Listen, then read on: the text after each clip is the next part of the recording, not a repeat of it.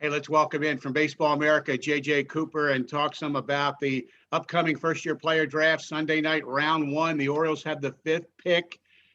So, JJ, Baseball America did an interesting uh, article and process where you did a draft. You had your writers pick for each team, and that played out with Jordan Lawler going first to the Pirates, Jack Leiter second to the Rangers, Marcelo Mayer third to Detroit, Khalil Watson to Boston.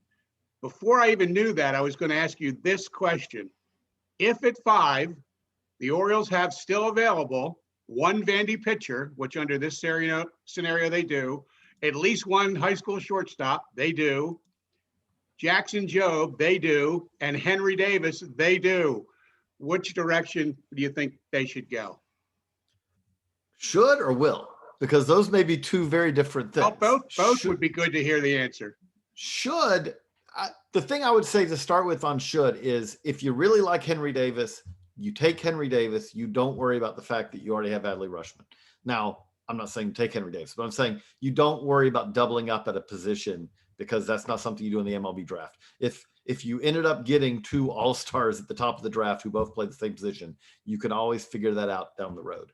But should for them, if Khalil Watson, Marcelo Mayer, or Jordan Lawler's available, I would love to take one of those if I'm the Orioles. At another high ceiling, high impact high school shortstop to rapidly improving farm system, I like that pick. Will, everyone I talk to seems to, and everyone that we're talking to seems to think that you're going to see something much more like what the Orioles did last year. I'm not saying they didn't. I can confidently say most teams did not have Heston Kjerstad number 2 on their boards last year, and that wasn't the guy that they would have taken at 2. Now, that said, when you look at, well, why did they take Heston Kjerstad at 2? Heston Kjerstad got a lower bonus than the guy who went 7, then the guy who went 6, then the guy who went 5, 4, 3. So they took Heston Kjerstad at 2, and then they saved money that they used later in the draft. It's not about the Orioles being cheap. That's not how it works with this draft. It's not about saving money to put in your pocket. It's about redistributing money later on in the draft. That's what the Orioles did, and they used that. They spent that money later. I like guys they got like Hudson Haskins and others. So that's what they did last year. Everyone seems to think that there's a good chance that the Orioles will do that again this year.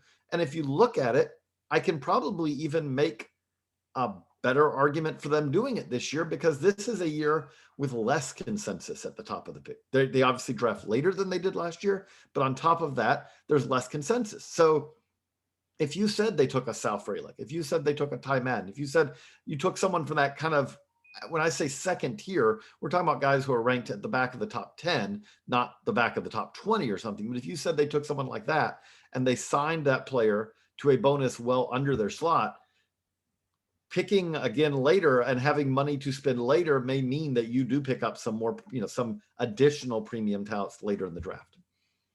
Is that a good strategy if a team has a bunch of those players very close? In other words, take the one that they're all close on your board, so take one that will allow you to do more later. Again, it depends on you. To me, if you're taking someone, teams' boards vary dramatically. So if you're taking someone that you view as, let's say, the 4th or 5th best player in a draft class, even though you believe that the consensus views that player as the 11th, 12th, 13th best player in the draft class, absolutely, I see the logic for doing that. At the same time, if you said, we really think that this is the 10th best player in the draft class, but he'll come at a lower price, well, I'm not as enamored with doing that because the draft's hard enough. If you say, I'm not going to take the best guys on our board, I'm not even going to take the 2nd or 3rd best guy on our board who's available, I'm going to take the 5th because I can get it at a more bargain rate. Again, it's one of those things that there's nuance to it. It's not as easy as black and white. There's a lot of gray to it. And it's one of those things that quite simply, even if we're talking again at midnight on Sunday night after the draft wraps up the first round, I still wouldn't be able to answer for you whether the Orioles really did take the guy who was 3rd on their board and they were lucky that he was still there, or if they took the guy who was 8th, if they took a guy for a little bit, lower price tag. Two-part question about the Vandy pitchers. Are you sort of convinced that Leiter will go first? And the second part is, as a draft eligible sophomore, does that give him unusual leverage with whoever takes him? I do think Leiter will go first of the two. The reality of it is that if you look at the totality, Kumar Rocker came into 2021 with a much longer track record of success.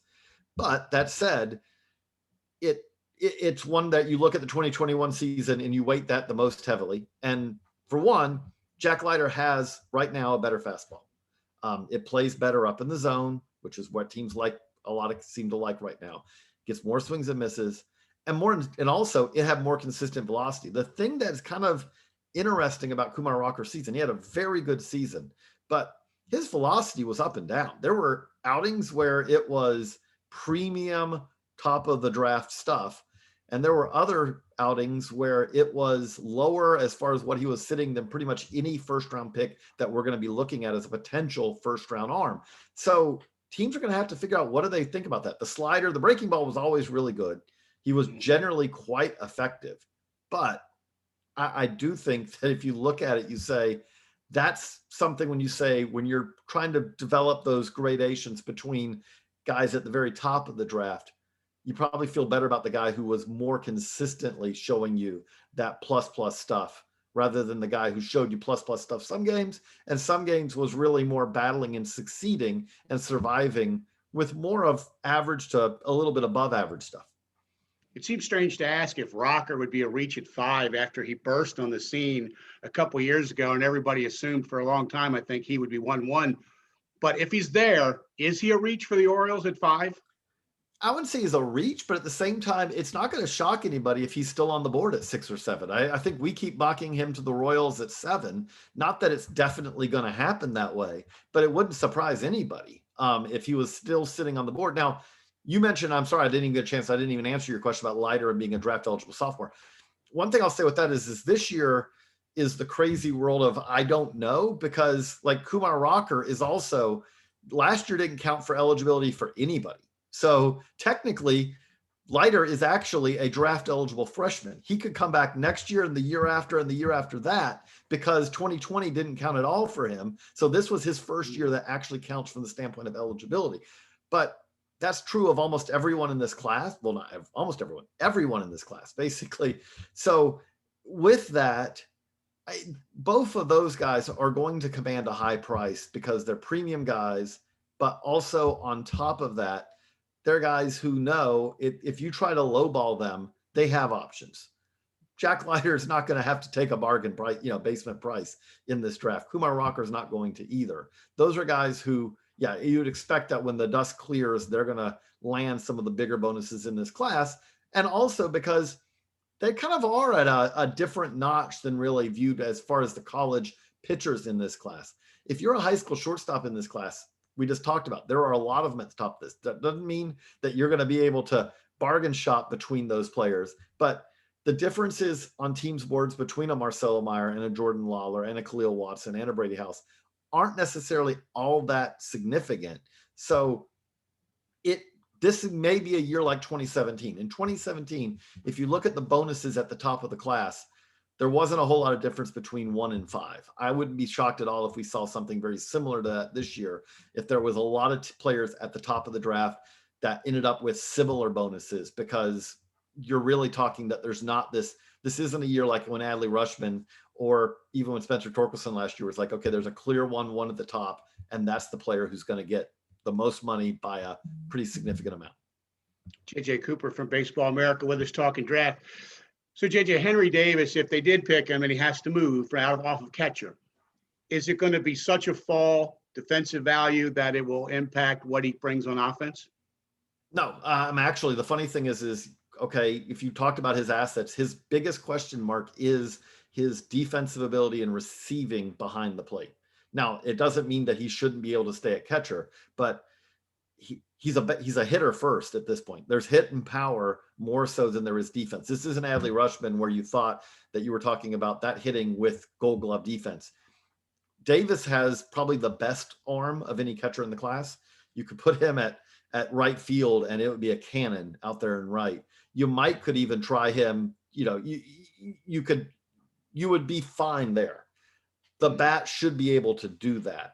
But at the same time, one of the things that keeps being brought up is if automated ball strike happens, if robo-umps happen, the biggest weaknesses right now, at least in Henry Davis's game, are the ones, his pitch presentation, his framing, things like that, are the ones that may absolutely disappear from the game. And if that happened, then he's almost your ideal catcher because he's fine at blocking. And again, if you talk about shutting down running games, it's a 7 arm, maybe an 8. It's as good an arm as any catching arm in this class. But again, if you guys take him out of the Orioles, I think what you do is you would still send him out as a catcher. He would probably start out multiple levels below Adley Rutschman, and you develop him there for a couple of years, and you can always work that out. You can always figure that out. You let him start at a position he's most comfortable at, and if you had to, you could eventually move him, and the bat at that point should allow him to play almost anywhere, not almost anywhere, but at multiple other options where, and again, he's not a bad athlete either. And everyone talks about, we have a story up at Baseball America about just how driven he is. He used to actually have a really below average arm when he was at the start of his high school career. And so he wanted to fix that. So what did he do? He long tossed. And here he is. He has one of the best arms in the class. Last thing. So the Orioles' next 3 picks are 41, 65, 76. How is the draft in that range for teams this year?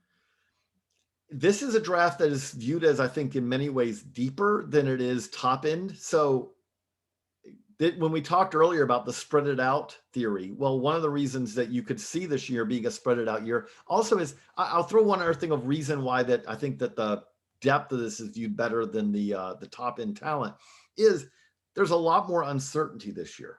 There are players who will go in the second round who you say, well, why did they go in the second round? It's like, well, they're a college bat. We just don't have as long of a track record with their hitting ability. So, okay, well, that's something that you absolutely, why do you not have that track record? Normally, these are the players who would have played on the USA Baseball College national team in 2020, or in the Cape with a wood bat, Cape Cod League in 2020. Well, neither of those played last year. Well, you look at, we had this track record from their sophomore season. Well, last year was cut short after basically less than a month of a season. So there's a lot of, especially on the college side, there's a lot more uncertainty in this class. But what that also means is that I feel pretty confident that you're going to see this be a year where the talent is spread out. There's more of kind of a, teams are going to hit on guys in the second, third, fourth, fifth round and miss on guys in the first round more than normal just because of the unusualness of this year. It's going to be exciting. It always is, and it will, starting Sunday night for 3 days. And I know you'll be out there for a lot of the festivities, futures game, and so forth. Continue success, JJ, with everything you got going at Baseball America, and thanks so much for taking some time today. Thank you, Steve.